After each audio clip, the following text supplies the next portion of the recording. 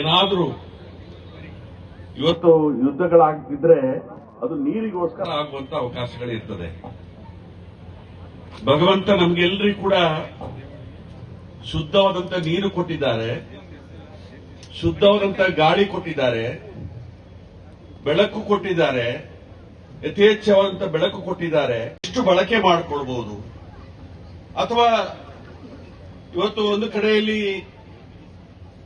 1900 ಗುಂಡೂರಾಯರು ಬಂದು ಬ್ರಹ್ಮಾವರ ಸಕ್ಕರೆ ಕಾರ್ಖಾನೆಗೆ ಬಂದು ಅದೇ ರೀತಿಯಾಗಿ ವಾರಾಯಿ ಯೋಜನೆಗೆ ಒಂದೇ ದಿವಸ ಚಾಲನೆ ಕೊಡುವಂತ ಕಾರ್ಯಕ್ರಮ ಆಯಿತು.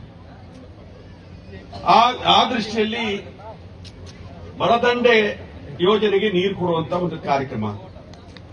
ಇನ್ನೊಂದು ಕಡೆ ವಾರಾಯಿ ನೀರನ್ನೇ ನಾವು ಕುಂದಾಪುರ ಪರಿಸರಕ್ಕೆ ಪುರಸಭೆ ಕೊಡುವಂತ ಕಾರ್ಯಕ್ರಮ ಆಗಿದೆ.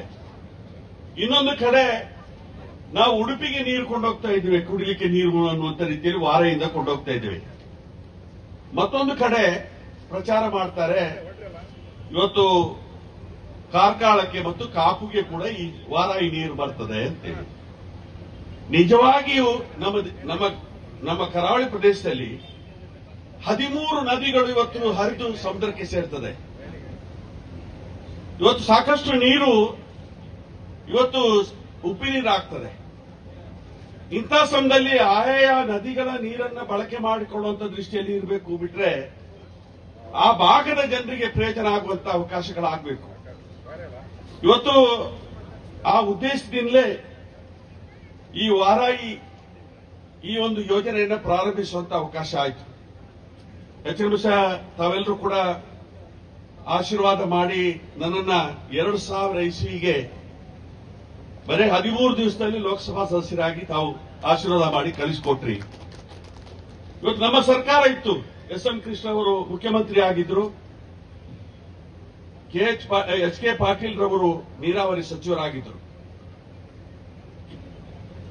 ಎಚ್ ಕೆ ಪಾಟೀಲ್ ರವರು ಒಂದು ಮಾತು ಹೇಳಿದ್ರು, ಕೇಂದ್ರದಿಂದ ಅನುಮತಿ, ಫಾರೆಸ್ಟ್ ಕ್ಲಿಯರೆನ್ಸ್ಗೆ ಅನುಮತಿ ತರುವಂಥದ್ದು ನಿನ್ನ ಕರ್ತವ್ಯ, ನೀರಾವರಿ ನಿಗಮದಿಂದ ದುಡ್ಡು ಕೊಡಿಸುವಂಥದ್ದು ನಮ್ಮ ಕರ್ತವ್ಯ ಅಂತೇಳಿ. ಇವತ್ತು ಅಲ್ಲೇ ಅದು ನಿಷ್ಕ್ರಿಯ ಆಗಿತ್ತು. ಆ ಸಮಯದಲ್ಲಿ ಬಾಲು ಅಂತೇಳಿ ಈಗ ಇವತ್ತು ಡಿಎಂಕೆ ಅವರು ವಾಜಪೇಯಿ ಸರ್ಕಾರದಲ್ಲಿ ಮಿನಿಸ್ಟರ್ ಆಗಿದ್ರು, ಎನ್ವೈರನ್ಮೆಂಟ್ ಫಾರೆಸ್ಟ್ ಮಿನಿಸ್ಟರ್ ಆಗಿದ್ರು.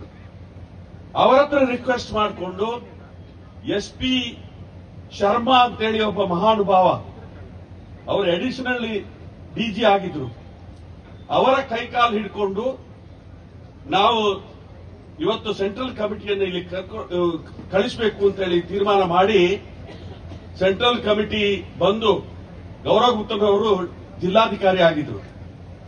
ಅಲ್ಲಿ ಉಡುಪಿ ಬಂದವರು ಸೆಂಟ್ರಲ್ ಕಮಿಟಿಯವರು 1 ಇಂಚು ಕೂಡ ನಾವು ಬಿಟ್ಟು ಕೊಡೋದಿಲ್ಲ ಫಾರೆಸ್ಟ್ ಲ್ಯಾಂಡ್ ಅನ್ನುವಂತ ರೀತಿಯಲ್ಲಿ.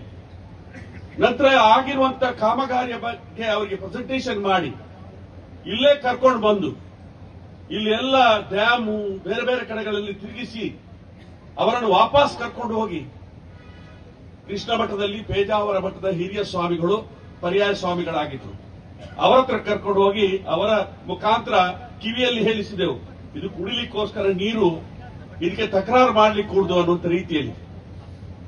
ಆ ದೃಷ್ಟಿಯಲ್ಲಿ 240 ಹೆಕ್ಟಾರ್ಗೆ ಕೊಡಬೇಕಾದಂತ ಅನುಮತಿ 140 ಹೆಕ್ಟಾರ್ಗೆ ಸಿಕ್ತು. ಇವತ್ತು 240 ಹೆಕ್ಟಾರ್ ಆಗ್ತಿದ್ರೆ ಹೆಚ್ಚಿನ ಅಂಶ ಈ ಭಾಗದಲ್ಲಿ ಎಲ್ಲ ಈ ಸಮಸ್ಯೆನೇ ಇಲ್ಲ, ಅಷ್ಟೊಂದು ನೀರಿನ ಒಂದು ವ್ಯವಸ್ಥೆ ಇಲ್ಲಿ ಆಗ್ತಾ ಇತ್ತು. ಆದ್ರೆ 140 ಹೆಕ್ಟಾರ್ಗೆ ಸಿಕ್ಕಿದ ಕಾರಣ ನಂತರ ನಾವೆಲ್ಲ ಆಸ್ಕರ್ ಫರ್ನಾಂಡಿಸ್ ಅವರ ನೇತೃತ್ವದಲ್ಲಿ ಗೋಪಾಲ್ ಪೂಜಾರಿ ಅವರಿದ್ರು, ಎಲ್ಲಾ ಶಾಸಕರುಗಳು ಕೂಡ ಹೋಗಿ ಎಸ್.ಎಂ. ಕೃಷ್ಣ ಹತ್ರ ನಾವು ಫಾರೆಸ್ಟ್ ಕ್ಲಿಯರೆನ್ಸ್ ತಂದಿದ್ದೇವೆ, ನೀವು ದುಡ್ಡು ಕೊಡಬೇಕು ಅನ್ನುವಂತ ರೀತಿಯಲ್ಲಿ ಒತ್ತಾಯ ತರೋದರ ಮುಖಾಂತರ ನೀರಾವರಿ ನಿಗಮಕ್ಕೆ 300 ಕೋಟಿ ರೂಪಾಯಿ ಅನುದಾನವನ್ನು ಕೊಡುವಂತ ಕೆಲಸ ಕಾರ್ಯ ಆಯಿತು. ಇಂತಹ ಸಮಯದಲ್ಲಿ ಇವತ್ತು ಆ ನೀರು ಬಿಡಬೇಕು ಅನ್ನುವಂತ ರೀತಿಯಲ್ಲಿ ಹೆಚ್ಚಿನ ಅಂಶ ನಮ್ಮ ಸರ್ಕಾರ, ಸಿದ್ದರಾಮಯ್ಯ ಸರ್ಕಾರ 2013ರಲ್ಲಿ ಬಂದಂತ ಸಮಯದಲ್ಲಿ ಇವತ್ತು ಆ ಸಮಯದಲ್ಲಿ ನಾನು ಉಸ್ತುವಾರಿ ಸಚಿವನಾಗಿದ್ದೆ. ತಿಂಗಳಿಗೆ ಒಂದ್ಸಲ ಎಲ್ಲ ಫಾರೆಸ್ಟ್ ಡಿಪಾರ್ಟ್ಮೆಂಟ್ ಅವರನ್ನ, ಜಿಲ್ಲಾಧಿಕಾರಿಗಳನ್ನ, ಇಂಜಿನಿಯರ್ಸ್ ಅನ್ನ ಕರೆದು ಮೀಟಿಂಗ್ ಮಾಡಿ ಯಾವ ರೀತಿ ಪ್ರೋಗ್ರೆಸ್ ಅಂತೇಳಿ ನೋಡಿಕೊಂಡು ನೀರು ಬಿಡಬೇಕು ಅನ್ನುವಂತ ರೀತಿ ಕಾರ್ಯಕ್ರಮಕ್ಕೆ ಚಾಲನೆ ಕೊಡುವಂತ ಕಾರ್ಯಕ್ರಮವನ್ನ ಇದೇ ಸಿದ್ದಾಪುರದ ಈ ಪರಿಸರದಲ್ಲಿ ಗೋಪಾಲ್ ಪೂಜಾರಿ ಅವರ ಅಧ್ಯಕ್ಷತೆಯಲ್ಲಿ ಗೋಪಾಲ್ ಪೂಜಾರಿ ಅಧ್ಯಕ್ಷರಾಗಿ ಆಸ್ಕರ್ ಫೆರ್ನಾಂಡಿಸ್ ಅವರು ಕೂಡ ಇದ್ರು. ಆ ಮೀಟಿಂಗ್ ನಲ್ಲಿ ತೀರ್ಮಾನ ಆಯಿತು. ಆ ದಿವಸ ಗೋಪಾಲ್ ಪೂಜಾರಿ ಡಿಮಾಂಡ್ ಇಟ್ಟರು, ಎಡದಂಡೆ ಈ ಭಾಗಕ್ಕೆ ನೀರು ಕೊಡುವಂತ ಕಾರ್ಯಕ್ರಮ ಆಗಬೇಕು ಅನ್ನುವಂತ ರೀತಿಯಲ್ಲಿ ಅವತ್ತು ಸಿದ್ದರಾಮಯ್ಯ ಅವರು ಘೋಷಣೆ ಮಾಡಿ ಇವತ್ತು ಅದಕ್ಕೆ ಬೇಕಾಗುವಂತ ಕ್ರಿಯಾ ಯೋಜನೆ ಎಲ್ಲ ಆಯಿತು. ಒಂದು ಕ್ರಿಯಾ ಯೋಜನೆ ಆದ ನಂತರ ಅದನ್ನ ಇವತ್ತು ಬದಲಾವಣೆ ಮಾಡಿದರು. ರಾಘವೇಂದ್ರ ಅವರ ಕೊಡುಗೆ ಅಂತ ಕಾಣುತ್ತೆ. ಬದಲಾವಣೆ ಮಾಡಿ ಇವತ್ತು ಹೆಚ್ಚಿನ ಅಂಶ ಈ ಭಾಗಕ್ಕೆ ಬರಬೇಕಂತ, ಎಡದಂಡೆ ಈ ಭಾಗಕ್ಕೆ ಬರಬೇಕಂತ ನೀರಿಗೆ ಕೊರತೆ ಆಗುವಂತ ಅವಕಾಶಗಳಾಯಿತು. ಇಂಥ ಸಮಯದಲ್ಲಿ ಪುನರುಪಿ ನಮ್ಮ ಸರ್ಕಾರ ಬಂದಂತ ಸಮಯದಲ್ಲಿ ನಮಗೆ ಅಧಿಕಾರ ಇಲ್ಲ. ನಮ್ಮ ಜಿಲ್ಲೆಯಲ್ಲಿ ನಮ್ಮನ್ನ 5 ಜನರನ್ನು ಕೂಡ ಸೋಲಿಸಿದ್ದಾರೆ.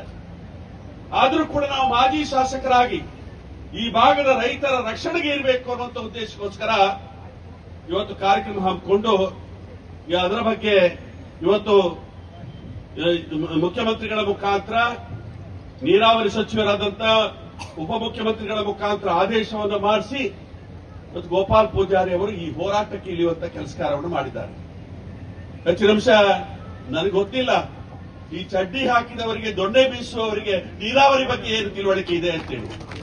ಹೆಚ್ಚಿನ ಅಂಶ ಅವರು ಇದೊಂದು ಅವಕಾಶ, ಇದನ್ನು ಉಪಯೋಗ ಮಾಡಿಕೊಂಡು ಏನಾದರೂ ರಾಜಕೀಯ ಮಾಡುವ ಅಂತ ಅನ್ನುವಂಥ ಉದ್ದೇಶಕ್ಕೋಸ್ಕರ ಮಾಡಿರ್ಬೋದು ಅಂತ ನನ್ನ ಅನಿಸಿಕೆ. ಮೊನ್ನೆ ಇಲ್ಲಿ ನಮ್ಮ ಕಾಪು ಕ್ಷೇತ್ರದಲ್ಲಿ ಕಮಲ ಮಾಡಬೇಕು ಅಂತೇಳಿ ಅಲ್ಲಿ ಇವತ್ತು ಯೋಜನೆ ಇಲಾಖೆ ಕೊಟ್ಟಿರುವಂತ ಜಾಗ 6 ಎಕರೆ ಚಿಲ್ಲರೆ, ಅಲ್ಲಿ ಅದೇನು ಹಸ್ತಾಂತರ ಆಗಲಿಲ್ಲ, ಕಮಲ ಸಮಿತಿಗೆ ಹಸ್ತಾಂತರ ಆಗಲಿಲ್ಲ. ಆದರೆ ಇವತ್ತು 13 ಎಕರೆ ಜಾಗದಲ್ಲಿ ದಬ್ಬಾಳಿಕೆ ಮಾಡಿ ಆ ಭಾಗದಲ್ಲಿ 10-25 ಜನ ಮನೆಯವರು ಇವರಿಗೆ ಓಟು ಕೊಟ್ಟಂತ ಜನ ಇದ್ದಾರೆ. ಅವರ ಜಾಗವನ್ನೆಲ್ಲ ಅತಿಕ್ರಮಣ ಮಾಡಿ ಏಕಾಏಕಿಯಾಗಿ ಇವತ್ತು 60 ಲಕ್ಷ ರೂಪಾಯಿ ಖರ್ಚು ಮಾಡಿದ್ದೇವೆ ಅಂತೇಳಿ ಹೇಳ್ಕೊಂಡು ತಿರುಗಿದ್ರು. ಆ ಜಿಲ್ಲಾಡಳಿತದವರು ಮೊನ್ನೆ ಸೆಕ್ಷನ್ ಹಾಕಿದ್ರೆ ನಿಮ್ಮ ಚಡ್ಡಿ ಹಾಕಿದಂತ ದೊಣ್ಣೆ ಬೀಸುವಂತ ಶಾಸಕರಿಗೂ ಕೂಡ ಇವತ್ತು ಕಾನೂನು ಬಾಹಿರ ಅನ್ನುವಂಥದ್ದಲ್ಲಿ ಕೇಸ್ ಬೀಳುವಂತ ಅವಕಾಶ ಆಗಿದೆ.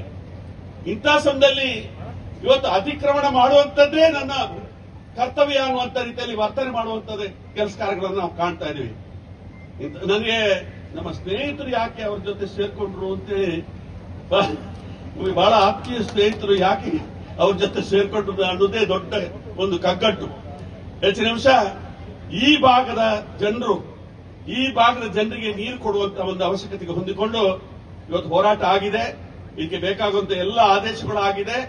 100ಕ್ಕೆ 100 ಪಾಲು ಕೂಡ ಎಡದಂಡೆ ಈ ಭಾಗಕ್ಕೆ ನೀರು ಕೊಡುವಂತ ಕೆಲಸ ಕಾರ್ಯ ಆಗ್ತದೆ. ಮುಂದಿನ ಯಾವ ರೀತಿಯ ಇವತ್ತು ನಮ್ಮ ಸರ್ಕಾರ ಏನಿದೆ ಅದಕ್ಕೆ ಬದ್ಧವಾಗಿ ಕೆಲಸ ಕಾರ್ಯ ಮಾಡುವಂತ ಕೆಲಸ ಕಾರ್ಯ ಆಗ್ತದೆ. ಇವತ್ತು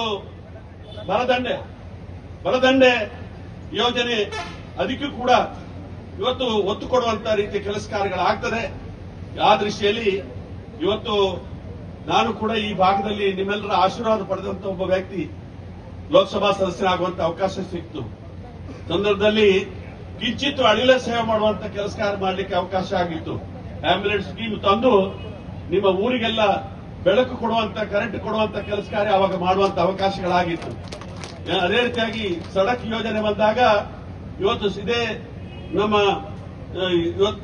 ಅವರ ಬದಿಯಲ್ಲಿ ಒಂದು ರಸ್ತೆ ನಿರ್ಮಾಣ ಮಾಡುವಂತ ಕೆಲಸ ಕಾರ್ಯ ಕೂಡ ಮಾಡಿತ್ತು.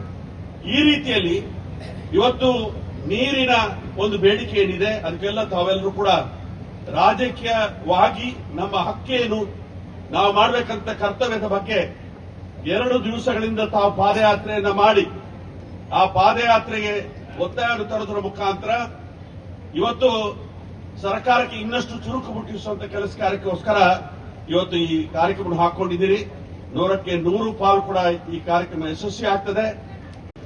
ಹೆಚ್ಚಿನ ಅಂಶ ಇಡೀ ಕೆಎಂಸಿಯಲ್ಲಿ ಇವತ್ತು ಮಣಿಪಾಲದ ಆಸ್ಪತ್ರೆಯಲ್ಲಿ ಅಲ್ಲಿಯ ಎಲ್ಲ ಬಡವರಿಗೂ ಕೂಡ ಇವತ್ತು ಉಚಿತವಾಗಿ ಅದೇ ರೀತಿಯಾಗಿ ರಿಯಾಯಿತಿಯಲ್ಲಿ ಚಿಕಿತ್ಸೆ ಸಿಗಬೇಕು ಅನ್ನುವಂತ ರೀತಿಯಲ್ಲಿ ಇಡೀ ಜಿಲ್ಲೆಯ ಜನರಿಗೆ ಇವತ್ತು ಪ್ರಯೋಜನ ಕೊಡುವಂತ ಕೆಲಸ ಕಾರ್ಯಕ್ಕೆ ಚಾಲನೆ ಕೊಟ್ಟಂತ ವ್ಯಕ್ತಿ ಇವತ್ತು ಜಿ ಶಂಕರ್ ಅವರು.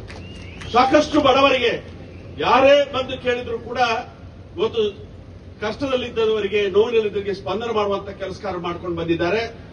ಇವತ್ತು ತನ್ನ ಮೊಗವೀರ ಸಮಾಜ ಏನಿದೆ, ಆ ಸಮಾಜ ದಿಕ್ಕು ತಪ್ಪದ ರೀತಿಯಲ್ಲಿ ಯುವ ಜನರಿಗೆ ಸರಿಯಾದ ರೀತಿಯ ಮಾರ್ಗದರ್ಶನವನ್ನು ಕೊಟ್ಟು ಸಂಘಟನೆ ಮಾಡೋದ್ರ ಮುಖಾಂತರ, ಆ ಸಂಘಟನೆ ಮುಖಾಂತರ ಇವತ್ತು ಜೀವ ಉಳಿಸುವಂತ ಕೆಲಸ ಕಾರ್ಯ, ರಕ್ತದಾನ ಶಿಬಿರ ಮಾಡೋದ್ರ ಮುಖಾಂತರ 1000 ಗಟ್ಟಲೆ ಬಾಟ್ಲು ಇವತ್ತು ರಕ್ತದಾನ ಕೊಡುವಂತ ಕೆಲಸ ಕಾರ್ಯಕ್ಕೆ ಚಾಲನೆ ಕೊಡುವಂತ ಕೆಲಸ ಕಾರ್ಯವನ್ನ ಜಿ ಶಂಕರ್ ಅವರು ಯಥೇಚ್ಛವಾಗಿ ಮಾಡಿಕೊಂಡು ಬಂದಿದ್ದಾರೆ.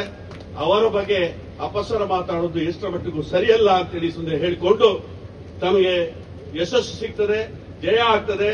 ತಾವು 100ಕ್ಕೆ 100 ಪಾಲು ಕೂಡ ಈ ಭಾಗದ ಜನರಿಗೆ ನೀರು ಕೊಡುವಂತ ಕೆಲಸ ಕಾರ್ಯದಲ್ಲಿ ನಮ್ಮ ಸರ್ಕಾರ, ನಮ್ಮ ಮುಖ್ಯಮಂತ್ರಿಗಳು, ನಮ್ಮ ಉಪಮುಖ್ಯಮಂತ್ರಿಗಳು, ಗೋಪಾಲ್ ಪೂಜಾರಿ ಅವರು, ನಾವೆಲ್ಲರೂ ಕೂಡ ಬದ್ಧರಾಗಿದ್ದೇವೆ ಅಂತ ಹೇಳಿಕೊಂಡು ತಮಗೆ ಶುಭ ಕೋರಿ